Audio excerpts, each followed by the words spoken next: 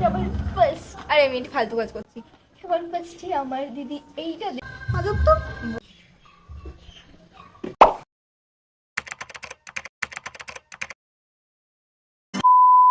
Hi guys, welcome to my channel. আমি আগে shorts video post করতাম, তো আজ থেকে আমি লং ভিডিও স্টার্ট করছি।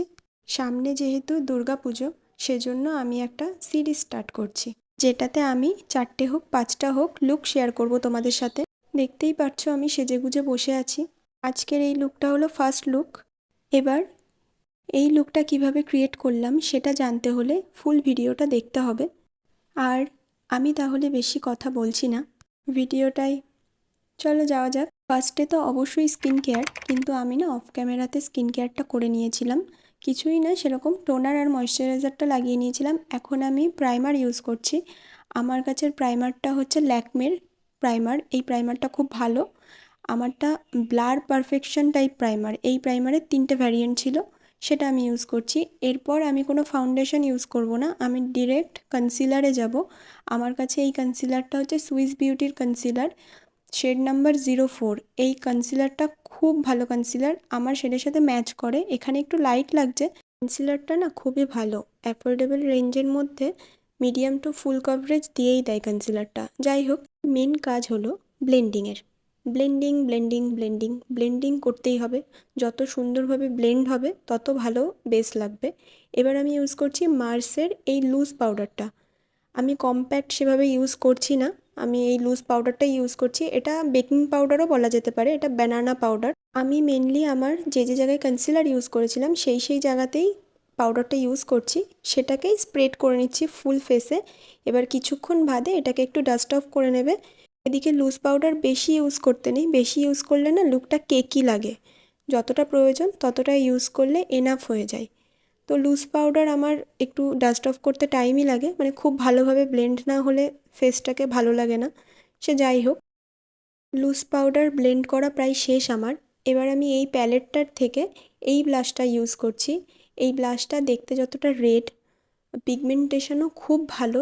অল্প ইউজ করলে খুব ভালোভাবে এটা কাজ করে।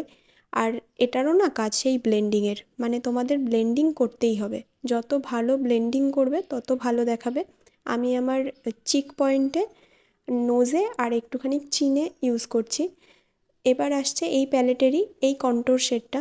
আমি সেভাবে কন্ট্যুর করি না, তবুও আমি দেখিয়ে দিচ্ছি, একটু কন্ট্যুর করে নিলে নেওয়া যায়। এবার বলবো এই হাইলাইটারটার কথা। এটা এই প্যালেটেরই একেবারে ওয়াও হাইলাইটার, মানে এত সুন্দর হাইলাইটার না আমি আগে ইউজ করিনি। যাই হোক, আমার একটু বেশি পড়ে গেছিলো হাইলাইটারটা, অত্যাধিক পিগমেন্টেড, আমাকে সেটা ব্লেন্ড করতে হয়েছে। নেক্সট পার্ট হলো আইব্রো। আইব্রোটা আমি ডিফাইন করে নিলাম নিজের মতো, আমি একটু ন্যাচারালি পছন্দ করি। এবার আসছে আইশ্যাডো। আমি সেরকমভাবে কোনো রকম আইশ্যাডোর কালার ইউজ করছি না, আমি যে শেডটা দেখালাম সেই শেডটাই শুধুমাত্র ইউজ করছি। ওটাই পুরো আইলিডে ভালোভাবে ছড়িয়ে নিয়ে ব্লেন্ড করে নিচ্ছি। যেহেতু আমি আমার ফার্স্ট টাইম একটা মেকআপ লুক শেয়ার করছি, তো আমি লুকটা একটু স্যাটেল রাখতেই চেয়েছি। এবার আমি আইল্যাশ কার্লার ইউজ করে ল্যাশটা একটু কার্ল করে নিয়ে এই মাস্কারাটা ইউজ করছি। এটা আমার অল টাইম ফেভারিট মাস্কারা। আমার আইল্যাশগুলো একটু ছোট ছোট বলে মাস্কারা তো must. Then next part lip. তো ফার্স্টে আমি লিপ লাইনার নিয়ে নিয়েছি, সেটা দিয়ে লিপটাকে ডিফাইন করে নিয়ে এই লিপস্টিকটা আমি ইউজ করছি। এটা না আমি অফলাইন স্টোর থেকে নিয়েছিলাম।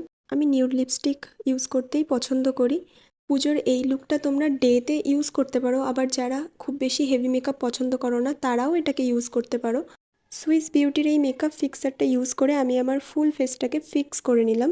এবার জুয়েলারি পরে নিলাম, হেয়ার স্টাইলটা করে নিলাম। আমাকে কেমন লাগছে অবশ্যই জানিও, আর নেক্সট টিউটোরিয়াল দেখতে হলে চ্যানেলটাকে সাবস্ক্রাইব করে দিও। বাই।